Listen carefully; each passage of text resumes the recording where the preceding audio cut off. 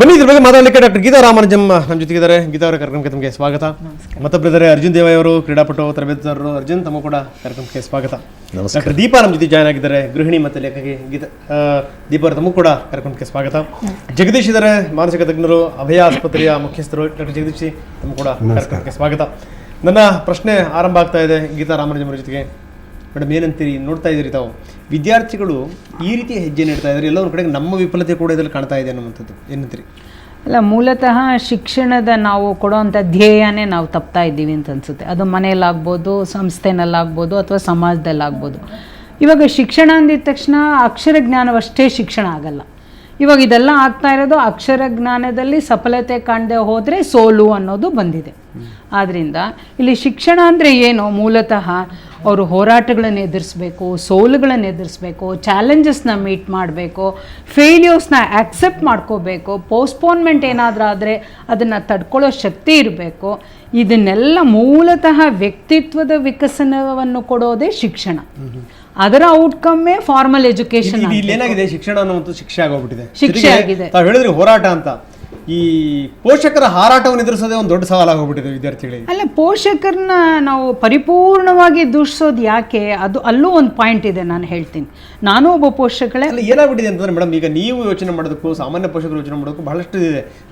ನೀವು ಗಮನಿಸಿರ್ಬೋದು, ಕೆಲ ಪೋಷಕರು ಹೇಳ್ತಿರ್ತಾರೆ, ನೋಡ್ರಿ ನಾವೇನು ಅನುಭವಿಸಿದ್ವಲ್ಲ ಅದು ನಮ್ಮ ಮಕ್ಕಳು ಅನುಭವಿಸಬಾರ್ದು, ನಾವೇನು ಕಷ್ಟಪಟ್ವಿ ನಮ್ಮ ಮಕ್ಕಳು ಕಷ್ಟಪಡಬಾರ್ದು. ಇನ್ನೊಂದು ಏನು ಅಂತಂದ್ರೆ, ಇಲ್ಲಿ ವಿದ್ಯಾರ್ಥಿಗಳು ಬರೀ ಓದಬೇಕು, ಬೇರೆ ಇನ್ನೇನು ಇಲ್ಲ. ನೋಡಿ, ಸಾಫ್ಟ್ವೇರ್ ಇಂಜಿನಿಯರ್ ಆಗಬೇಕು, ಡಾಕ್ಟರ್ ಆಗಬೇಕು, ನಮಗೊಂದು ಸಂಪಾದನೆ ಮಾಡಬೇಕು ಅಷ್ಟೇ. ಆಮೇಲೆ ನೋಡಿ, ಅವ್ರಿಗೆ ಒಂದು ದೈಹಿಕ ಚಟುವಟಿಕೆ ಇಲ್ಲ. ಸಂಜೆ ಹೊತ್ತು ಬೀದಿಗೆ ಹೋಗಿ ಒಂದು ಸೂರ್ಯನ ಬೆಳಕು ಕೂಡ ನೋಡೋಕ್ಕಾಗಲ್ಲ. ನಾನು ಹೇಳಿದ್ದು, ಪೇರೆಂಟ್ಸ್ದ ಆತಂಕನ ತೊಗೊಂಡೋಗಿ ಮಕ್ಕಳ ಮೇಲೆ ಹಾಕಬೇಕಾದ್ರೆ ಪೇರೆಂಟ್ಸಲ್ಲೂ ಒಂದು ಜವಾಬ್ದಾರಿ ಇದೆ, ಒಪ್ಕೊಳ್ತೀನಿ. ಬಟ್ ಖಲೀಲ್ ಗಿಬ್ರಾನ್ ಏನು ಹೇಳ್ತಾನೆ? Children are not children who have come from you, they have come through you ಅಂತಾನೆ ಅಷ್ಟೇ. ಇದನ್ನು ಪೇರೆಂಟ್ಸ್ ಅರ್ಥ ಮಾಡ್ಕೋಬೇಕು. ಒಂದೊಂದು ಮಗುನಲ್ಲೂ ಒಂದೊಂದು ಸಾಮರ್ಥ್ಯ ಇರುತ್ತೆ, ಎಷ್ಟಿದೆ, ಏನಿದೆ, ಯಾವ್ದು ಅವರಲ್ಲಿ ಆಟಿಟ್ಯೂಡ್ ಇದೆ, ಪಾಸಿಟಿವ್ ಇದೆ, ನೆಗೆಟಿವ್ ಇದೆ, ಇದೆಲ್ಲ ತಿಳ್ಕೋಬೇಕು. ತಿಳ್ಕೊಳ್ಳದೆ ಹೋದ್ರೆ ಏನಾಗುತ್ತೆ? ನಿಮ್ಮ ಜೊತೆಗೆ ಚರ್ಚೆ ಮಾಡಿದ್ದೀನಿ. ಅರ್ಜುನ್, ತಾವೇನಂತೀರಿ? ಮೇಡಮ್ ಅವ್ರು ಹೇಳಿರೋ ಪ್ರಕಾರ ನಾನು ಒಂದು ಒತ್ತಾಸೆ ಕೊಡ್ಲಿಕ್ಕೆ ಇಷ್ಟಪಡ್ತೇನೆ. ಏನು ಅಂದರೆ, sound mind in a sound body ಅಂತೀವಿ. ಈ ಸೌಂಡ್ ಮೈಂಡ್ ಇದ್ದರೆ ಇಂಥ ಒಂದು ಅನಾಹುತಕ್ಕೆ ಕಾರಣ ಆಗೋದಿಲ್ಲ. ವಿಶೇಷವಾಗಿ ನಿಮ್ಮ ಹತ್ರ ಏನು ಸಬ್ಜೆಕ್ಟು ನಾನು ತಿಳ್ಕೊಬೇಕು ಅಂತಿದ್ದೀನಿ ಅಂದರೆ, ಈ SSLC ನಂತರ ಏನು ಸಬ್ಜೆಕ್ಟನ್ನು ಚೂಸ್ ಮಾಡ್ತಾರೆ, ಚೂಸ್ ಅನ್ನೋದು ಅಲ್ಲಿಂದ ಆಯ್ಕೆಗಳು ಅಲ್ಲಿಂದ ಸ್ಟಾರ್ಟ್ ಆಗುತ್ತೆ. ಆ ಸಂದರ್ಭದಲ್ಲಿ ಪೇರೆಂಟ್ಸು ಅವರ ಆಸಕ್ತಿಯನ್ನು ಮಕ್ಕಳ ಮೇಲೆ ಹೇರೋದ್ರಿಂದ ಈ ಥರ ಆಗ್ತಾ ಇದೆ ಅಂತ. ಯಾಕಂದರೆ ನೀವು ಈ ವಿದ್ಯಾರ್ಥಿಗಳಿಗೆ ಅವರ ಆಯ್ಕೆಗಳ ಬಗ್ಗೆ ನೀವು ಕನ್ಸಲ್ಟ್ ಮಾಡೋದ್ರಿಂದ ಇದ್ರ ಬಗ್ಗೆ ಇಲ್ಲ, ಭಾಳ ಸೂಕ್ತವಾಗಿ ಹೇಳಿದ್ದಾರೆ. ಯಾಕೆಂದರೆ ನಮ್ಮಲ್ಲಿ ಇವತ್ತು ಏನಾಗಿದೆ ಅಂದರೆ, ತಂದೆ ತಾಯಂದ್ರು ಭಾಳಷ್ಟು, ಎಲ್ಲರಿಗೂ ಅನ್ವಯಿಸಿ ಹೇಳೋದಿಲ್ಲ ನಾನು, ಆದರೆ ತಂದೆ ತಾಯಂದ್ರು ಭಾಳಷ್ಟು ಜನ ತಾವು ಏನೊಂದು ತಮ್ಮ ಜೀವನದಲ್ಲಿ ಮಾಡಬೇಕು ಅಂತೇಳಿ ವಿಚಾರ ಮಾಡಿದ್ರು, ಅದನ್ನು ಯಾವಾಗ ಮಾಡಲಿಕ್ಕಾಗಿಲ್ಲ. ಭಾಳಷ್ಟು ತಂದೆ ತಾಯಂದ್ರು ತಮ್ಮ ಮಕ್ಕಳ ಮುಖಾಂತರ ನೋಡ್ಲಿಕ್ಕೆ ಪ್ರಯತ್ನ ಪಡ್ತಾ ಇದ್ದಾರೆ. ಅದರಲ್ಲಿ ಏನಾಗ್ತಾ ಇದೆ ಅಂದರೆ, ಮಕ್ಕಳ ಮನಸ್ಸಿನಲ್ಲಿರೋದು ಒಂದು, ಅವರು ಒತ್ತಾಯ ಕೊಡ್ತಾ ಇರೋದು ಇನ್ನೊಂದು. ಅದರಿಂದಾಗಿ ಈ ಕೆರಿಯರ್ ಆಪ್ಷನ್ಸ್ ಏನಿದೆ ಅದನ್ನು ಭಾಳಷ್ಟು ಮಕ್ಕಳ ಜೊತೆಯಲ್ಲಿ ಹೊಂದ್ಕೊಂಡಿರುವಂಥ ಟೀಚರ್ಸ್ ಅರ್ಥ ಮಾಡ್ಕೊಳ್ಳಿಕ್ಕೆ ಅವಕಾಶ ಮಾಡಿಕೊಡ್ಬೇಕು. ಯಾಕೆಂದರೆ ಅವರ IQ ಲೆವೆಲ್ ಒಂದೇ ಅಲ್ಲ. People always talk about IQ level. ನಾನು 3 Qs ಮಾತಾಡ್ತೇನೆ Bharadwaj sir. 1 is PQ, the first one, physical quotient. ಎರಡನೇದು EQ, ಎಮೋಷನಲ್ ಕೋಶೆಂಟ್. ಇವು ಎರಡು ಆಯಿತು ಅಂದರೆ then your IQ will work. ಈ PQ EQ ಎರಡು ಬಿದ್ದೋಯ್ತು, ನಿಮ್ಮ IQ ಎಷ್ಟೇ ಇದ್ರೂ ಏನೂ ಪ್ರಯೋಜನ ಇಲ್ಲ. ಈ PQ IQ ಎರಡನ್ನ ಅರ್ಥ ಮಾಡ್ಕೊಳ್ಬೇಕು. ಇದು ತಂದೆ ತಾಯಂದ್ರು ಮೊದಲು ಅರ್ಥ ಮಾಡ್ಕೊಳ್ಬೇಕು. ಆದರೆ ನಮ್ಮಲ್ಲಿ ನೋಡಿ ಏನಿದೆ ಅಂತೇಳಿ, ಈಗ ಶಿಕ್ಷಣ ಇಲಾಖೆಯವ್ರಿಗೂ ಕೂಡ ನಾನು ಒಂದು ಮನವಿ ಮಾಡಲಿಕ್ಕೆ ಏನು ಇಷ್ಟಪಡ್ತೇನೆ ಅಂದರೆ, ನಿಮಗೆಲ್ಲ ಗೊತ್ತಿದೆ, ಮಕ್ಕಳು ಸೌಂಡ್ ಮೈಂಡಿನ ಸೌಂಡ್ ಬಾಡಿ ಅಂತೀರಾ, ಸೌಂಡ್ ಬಾಡಿ ಆಗಲಿಕ್ಕೆ ಅವಕಾಶನೇ ಮಾಡಿಕೊಡ್ತಾ ಇಲ್ಲ. ಎಲ್ಲೋ ಒಂದು PT ಪೀರಿಯಡ್ ಇರುತ್ತೆ, ಅದಕ್ಕೂ ಗ್ರೌಂಡ್ಗಳಿಲ್ಲ ಇವತ್ತು, ಭಾಳಷ್ಟು ಅವಕಾಶ ಇಲ್ಲ. ಅದರಿಂದಾಗಿ ಇಂಥದ್ದೆಲ್ಲ ನಾವು ಕೇವಲ ಹೇಳುವಂಥದ್ದು ಮಾಡಿ ಕೊನೆಗೆ 99% is only going to decide, 100% is going to decide ಅಂತೇಳಿ ಹೇಳಿದ್ರೆ ತಪ್ಪಾಗುತ್ತೆ. ಅದಕ್ಕೆ ಬೇಕಾಗಿರೋದೇನು? ಮೂಲಭೂತ ಸೌಕರ್ಯಗಳನ್ನ ಮಾಡಬೇಕು. ಮತ್ತೊಂದು, ಮೊದಲೆಲ್ಲ ನೀತಿ ಪಾಠಗಳು ಅಷ್ಟಿಷ್ಟು ಅದೆಲ್ಲ ಇರ್ತಿತ್ತು, ಭಾಳಷ್ಟು ಆತ್ಮವಿಶ್ವಾಸದ ಮಾತುಗಳನ್ನ ಆಡ್ತಾ ಇದ್ರು. ಇವತ್ತು ಕೊನೆಗೆ ಎಲ್ಲ 365 ದಿವಸ ಕಲಿಸಿರೋದನ್ನ 3 ಗಂಟೆಯಲ್ಲಿ ಮುಗಿಸ್ಲಿಕ್ಕೆ ಮಾಡ್ತಾರೆ. ಆಗುತ್ತಾ ಹೇಳಿ? ಇಲ್ಲ. ಕೊನೆಗೆ ಅವರ ಆ್ಯಟಿಟ್ಯೂಡ್ನ ಚೇಂಜ್ ಮಾಡಬೇಕು. ಈ ನಡವಳಿಕೆ ಇದೆ ನೋಡಿ, ಇದು ಭಾಳ ಮುಖ್ಯ. ಅದಕ್ಕೆ ಹೇಳ್ತೇವೆ ಏನು ಅಂದರೆ, it is not only your aptitude, it is not only your aptitude, but it is your attitude which decides the altitude of your life ಅಂತೇಳಿ ಇದನ್ನ ಪಾಪ ಅವ್ರಿಗೆ ತಿಳಿಸ್ತಾ ಹೋಗ್ಬೇಕು ಮಕ್ಕಳಿಗೆ. ಎಸ್, ಭಾಳ ಅಂದ್ರೆ ನಿಮ್ಮ ಜೊತೆ ಮಾತಾಡ್ತೀನಿ. ದೀಪ ಅವರೇ, ತಾವೇನು ಹೇಳ್ತೀರಿ ಲೇಖಕಿಯಾಗಿ, ಗೃಹಿಣಿಯಾಗಿ? ಹೇಳಿದ್ರು ಸರ್. ಹೀಗೆ ನಾನು ಒಂದು ಪೋಷಕಿಯಾಗಿ ನಾನು ಹೇಳ ಬಯಸ್ತೀನಿ, ನನ್ನ ಮಗನೂ ಈ ಸರಿ ಸೆಕೆಂಡ್ PUC ಪರೀಕ್ಷೆ ಬರಿತಾ ಇದ್ದಾನೆ. ಪೇಪರ್ ಸಿಕ್ಕಿದೆ ಅಂತ? ಇಲ್ಲ ಸರ್, ಪೇಪರ್ ಸಿಗ್ಲಿಲ್ಲ. ನನ್ನ ಒಂದ್ ವೇಳೆ ಸಿಕ್ಕಿದ್ರು ಅದು ಪ್ರಾಬ್ಲಮ್ ಆಗಿರೋದು. ನಾನು ಆರಾಮಾಗಿ ಟೆನ್ಷನ್ ಫ್ರೀ ಆಗಿ ಓದೋದು ಒಳ್ಳೇದು ಅದಕ್ಕಿಂತ ಅದಕ್ಕೆ ನಾನು ವಿದ್ಯಾರ್ಥಿಗಳಲ್ಲಿ ಮನವಿ ಏನ್ ಮಾಡ್ಲಿಕ್ಕೆ ಏನ್ ಬಯಸ್ತೀನಿ ಅಂತಂದ್ರೆ, ದಯವಿಟ್ಟು ಪ್ಯಾನಿಕ್ ಆಗಬೇಡಿ. ಯಾರೇ ಏನೇ ಬರಲಿ, ಯಾವುದೇ ನ್ಯೂಸ್ ಚಾನೆಲಲ್ಲೂ ಏನೇ ನ್ಯೂಸ್ ಬರ್ತಾ ಇರಲಿ, ನಿಮ್ದೇನು ಕರ್ತವ್ಯ ನೀವು ಓದಿ, ಬೇರೆ ಯಾವ ವಿಷಯಕ್ಕೂ ತಲೆ ಕೆಡ್ಸ್ಕೊಳಕ್ ಹೋಗ್ಬೇಡಿ. ಕಡಿಮೆ ಮಾರ್ಕ್ಸ್ ಬಂದ್ರೂ ಪೇರೆಂಟ್ಸಿಗೂ ಹೇಳೋದು ಇಷ್ಟೇನೆ, ಪ್ರೆಷರೈಸ್ ಮಾಡಕ್ ಹೋಗ್ಬೇಡಿ ಅನ್ಯಥಾ. ಯಾಕಂದ್ರೆ ಫಸ್ಟ್ ರ್ಯಾಂಕ್ ಬಂದವನು ಜೀವನದಲ್ಲೂ ಫಸ್ಟ್ ರ್ಯಾಂಕ್ ಬರ್ತಾನೆ ಅನ್ನೋದು ಸುಳ್ಳು. ಅಜೀಂ ಪ್ರೇಮ್ಜಿ 7ನೇ ಕ್ಲಾಸ್ ಮಾಡಿಬಿಟ್ಟು ವಿಪ್ರೋ ತೆಗೆದ್ರು. ಸೊ ಸಚಿನ್ ತೆಂಡೂಲ್ಕರ್ 1988 SLC ಏನೋ ಪರೀಕ್ಷೆ ಬರೆದ್ರಂತೆ. 1998 ಮರಾಠಿ ಬೋರ್ಡಲ್ಲಿ ಅವ್ರ ಬಗ್ಗೆ ಒಂದು ಪಾಠ ಇತ್ತಂತೆ. ಮೊದಲನೇ ಪಾಠ ಸಚಿನ್ ತೆಂಡೂಲ್ಕರ್ ಬಗ್ಗೆ ಇತ್ತಂತೆ. ಅವ್ರ SLC ಮಾಡ್ಲಿಕ್ಕೆ ಏನ್ ತೋರ್ಸತ್ತೆ ಅಂದ್ರೆ ನಮ್ಮ ಶಿಕ್ಷಣಕ್ಕೂ ನಮ್ಮ ಈ ಜೀವನಕ್ಕೂ ಏನು ಸಂಬಂಧ ಇಲ್ಲ. ಅದಕ್ಕೆ ತಾಯಿ ತಂದೆಯರಾದ್ರೂ ಮಕ್ಕಳ ಕಡೆಯಿಂದ 100ಕ್ಕೆ 100 ಬರ್ಲಿ, ನನ್ ಮಗ ಅದೇ ಆಗ್ಲಿ, ನನ್ ಮಗಳು ಇದೇ ಆಗ್ಲಿ ಅಂತ ಹೇಳಿ ತೀವ್ರತರವಾಗಿ ಅವ್ರನ್ನ ಪ್ರೆಷರೈಸ್ ಮಾಡಕ್ ಹೋಗ್ಬೇಡಿ. ಜೀವನದಲ್ಲಿ ಪರೀಕ್ಷೆಗಳು ಮುಖ್ಯ. ಪರೀಕ್ಷೆ ಬರಿಬೇಕು, ಎದುರಿಸ್ಬೇಕು, ಮಾರ್ಕ್ಸ್ ತಗೋಬೇಕು, ವೆಲ್ ಅಂಡ್ ಗುಡ್.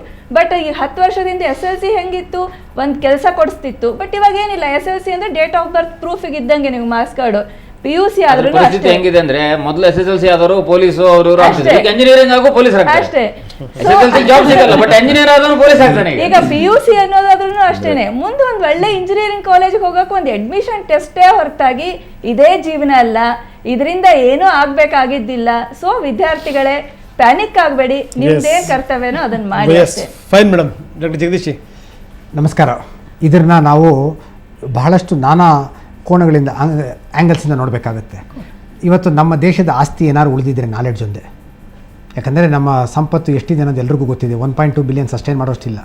ಕೆಳ ಮಧ್ಯಮ ವರ್ಗದಲ್ಲಿ ತಂದೆ ತಾಯಿಗಳು, ಪೋಷಕರದ್ದು ಒಂದೇ ಗುರಿ, ನನ್ನ ಮಕ್ಕಳು ಯಾವುದೋ ಒಂದು ಕೋರ್ಸ್ ಸೇರಿಬಿಟ್ರೆ, ಆ ಮಾರ್ಗ ಸೇರಿದ್ರೆ ಅವ್ರದ್ದು ಅರ್ಧ ಜೀವನ ಆಗುತ್ತೆ ಅನ್ನೋದು. ಇವತ್ತು ಸ್ವೀಪರ್ ಮಕ್ಕಳು ಸಹಿತ ಇಂಜಿನಿಯರಿಂಗ್ ಮಾಡಿದಾಗ ಅವರ ಜೀವನ ಶೈಲಿ ಚೇಂಜ್ ಆಗ್ತಾ ಇದೆ. ಇದು ಸತ್ಯ, ವಾಸ್ತವಾಂಶ. ಹಾಗಿರುವಾಗ ಪ್ರತಿಯೊಂದು ತಂದೆ ತಾಯಿಗಳು ಏನಾಗುತ್ತೋ ತಮ್ಮ ಕೈಯಲ್ಲಿ ಅದನ್ನು ಸಾಧ್ಯವಾದಷ್ಟು ಮಾಡಬೇಕು ಅಂತ. ನಮ್ಮ ದಕ್ಷಿಣ ಭಾರತಗಳಲ್ಲೇ ತೆಗೆದುಕೊಂಡ್ರೆ, ಆಂಧ್ರದಲ್ಲಂತೂ ಅತಿ ಹೆಚ್ಚು 6ನೇ ಕ್ಲಾಸ್ ಮಗುಗೇನೆ ಅವರ ತಂದೆ ತಾಯಿಗಳು ಮುಟ್ಟಿಸೋ ಗುರಿ ಯಾವುದು ಅಂದರೆ IITನಲ್ಲಿ ಸೇರಬೇಕು ಅಂತ. ಅದಕ್ಕೆ ಪ್ರತಿ ತಾಲೂಕ್ ಹೆಡ್ ಕ್ವಾರ್ಟರ್ಸಲ್ಲಿ ಹಾಸ್ಟೆಲ್ಸು. ಆ ಹಾಸ್ಟೆಲಲ್ಲಿ ಯಾವ ಥರ 4 ಗಂಟೆಗೆ ಎದ್ದು ರಾತ್ರಿ 11 ಗಂಟೆಗೆ ಮಲ್ಕೊಬೇಕು, ಕೇವಲ 5 ಗಂಟೆಗಳ ಕಾಲ. ನಮ್ಮ ರಾಜ್ಯದಲ್ಲೂ ಅದೇ ಥರ ಒಂದೇ ಪಾಯಿಂಟ್ ಪ್ರೋಗ್ರಾಮ್ ಅನ್ನುವಂಥ ಹಾಸ್ಟೆಲ್ಗಳಿವೆ. ಅಲ್ಲೂ ವಿದ್ಯಾರ್ಥಿನಿಯರು ಆತ್ಮಹತ್ಯೆ ಮಾಡ್ಕೊಳ್ಳೋದನ್ನು ನಾವು ಟಿವಿಲಿ ನೋಡಿದ್ದೀವಿ. ಅಂದರೆ ಮೊದಲನೇದಾಗಿ ಇದು ನಮ್ಮ ಆರ್ಥಿಕ ವ್ಯವಸ್ಥೆಯಲ್ಲಿ ಅಭದ್ರತೆ ಮತ್ತು ಅಂತರ ಹೆಚ್ಚಾಗ್ತಾ ಇದೆ. ಇವತ್ತು ಬೆಂಗಳೂರು ನಗರದಲ್ಲಿ ಇವತ್ತು ನೀವು ತೆಗೆದುಕೊಂಡ್ರೆ, ವಲಸಿಗರು, ವಿದ್ಯಾವಂತರು, ಬುದ್ಧಿವಂತರು ಎಲ್ಲಿರ್ತಾರೋ ಅವರೆಲ್ಲ ಬಂದು ಕೆಲಸ ತಗೊಳ್ಳೋದ್ರಿಂದ ಈ ಲೋಕಲಲ್ಲಿರೋರು ಏನು ಆ ಮಟ್ಟಕ್ಕೆ ಹೋಗೋಕ್ಕಾಗೋದಿಲ್ಲ. ಅವರು ಕೆಳಮಟ್ಟ ವರ್ಗದಲ್ಲಿರಬೇಕು. ಅಂತರ ಹೆಚ್ಚು ಬೆಳೀತಾ ಇದೆ. ಇದೆಲ್ಲ ಒಂದು ಕಡೆ ಇದ್ದರೂ ಸಹಿತ ಪ್ರತಿಯೊಂದು ವಿದ್ಯಾರ್ಥಿ ಇವತ್ತು 12th ತೆಗೆದುಕೊಂಡ್ರೆ ತನ್ನದೇ ಆದಂಥ ಮನಸ್ಸಲ್ಲಿ ಒಂದು ಕಲ್ಪನೆ ಮಾಡ್ಕೊಂಡಿರ್ತಾರೆ ಆ ವಿದ್ಯಾರ್ಥಿಗಳು. ಇವತ್ತು ಮೊದಲನೇ ಪೇಪರ್ ಬಯಾಲಜಿ, ನಂತರ ಇಷ್ಟಿಷ್ಟು ದಿನ ಟೈಮ್ ಸಿಗುತ್ತೆ, ನಾನು ಈ ಥರ ಪ್ರಿಪೇರ್ ಆಗಿರ್ತೀನಿ, ಇದು ಮುಗಿದ ತಕ್ಷಣ ನನಗೆ CETಗೆ ತಯಾರಾಗೋದಕ್ಕೆ ಇಷ್ಟು ದಿನ ಸಮಯ ಸಿಕ್ಕಿರುತ್ತೆ ಅನ್ನೋದು ಒಂದು ಮನಸ್ಸಲ್ಲಿ ಇದಿರುತ್ತೆ. Already they are under enough ಟೆನ್ಷನ್ನು. ನಾನು ಏನಾಗುತ್ತೋ ಆತಂಕ. ಎಲ್ಲ ವಿದ್ಯಾರ್ಥಿಗಳೂ ಸಮಾಧಾನವಾಗಿ ಬರೆಯೋಕ್ಕೆ ಸಾಧ್ಯ ಇಲ್ಲ. Because temperamentally each person is different. Forget about parental pressure, forget about environment factors, individual factors.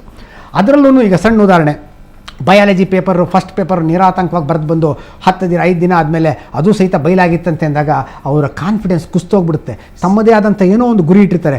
ಪತ್ರಿಕೆ ಸಿಗ್ದವ್ರು ನನಗಿಂತ ಇಲ್ಲಿ ಹೆಚ್ಚು ಮಾರ್ಕ್ಸ್ ತೊಗೊತಾರೋ, ನನ್ನ ಆ ವಿದ್ಯಾರ್ಥಿನಿಗೆ ಮನಸ್ಸಲ್ಲಿ ಬರೋದೇನೋ ನನ್ನ ಪ್ರಯತ್ನ ನಿಷ್ಪ್ರಯೋಜನ ಆಗಾಯ್ತಲ್ಲ ಅಂತ.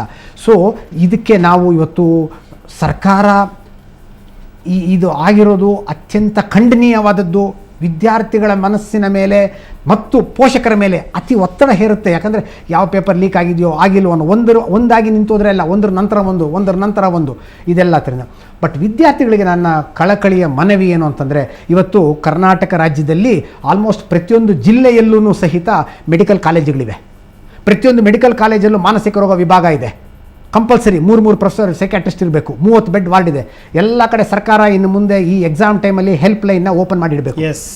ಸೊ ಅದರಿಂದ ಏನಾಗುತ್ತೆ, ಮಧ್ಯರಾತ್ರಿಲಿ ಇರ್ಬೋದು, ಯಾವುದೇ ಸಮಯದಲ್ಲಿ ಇರ್ಬೋದು, ಆತ್ಮಹತ್ಯೆಗೆ ಯಾರು ವ್ಯಕ್ತಿ ಬಲಿಯಾಗ್ತಾನೆ ಅಂತ ಕಂಡುಹಿಡಿದಕ್ಕೆ ವೈಜ್ಞಾನಿಕವಾಗಿ ಇನ್ನೂ ಏನೂ ಬಂದಿಲ್ಲ. ಅವರು ಮನಸ್ಸು ಬಿಚ್ಚಿ ನಾನು ಸಾಯ್ತೀನಿ ಅಂತ ಹೇಳೋದು ಬಿಟ್ಟರೆ there is no biological markers ಇಂಥ ವ್ಯಕ್ತಿ ಮಾಡ್ಕೊತಾನೆ ಇಂಥವ್ರು ಮಾಡಲ್ಲ ಅನ್ನೋದಿಲ್ಲ. ಎರಡನೇದು, ಯಾವ ವ್ಯಕ್ತಿಗೆ ಆ ಸಮಯದಲ್ಲಿ ಸಹಾಯ ಸಿಗುತ್ತೆ, ಈ ಮುಳುಗ್ತಾ ಇದ್ದವನಿಗೆ ಹೆಂಗೆ ಒಂದು ಹುಲ್ಲುಗಡ್ಡೆ ಸಿಕ್ಕರೆ ಬದುಕಿನ ಆಸೆ ಇರುತ್ತೆ ಆ ರೀತಿ, ಅದಕ್ಕೆ ಆಪ್ತ ಸಲಹೆಯಿಂದನೇ ಹೊರಗೆ ತರಕ್ಕೆ ಸಾಧ್ಯ ವಿನಃ ಯಾವುದೇ ಮಾತು ಆಗಲ್ಲ.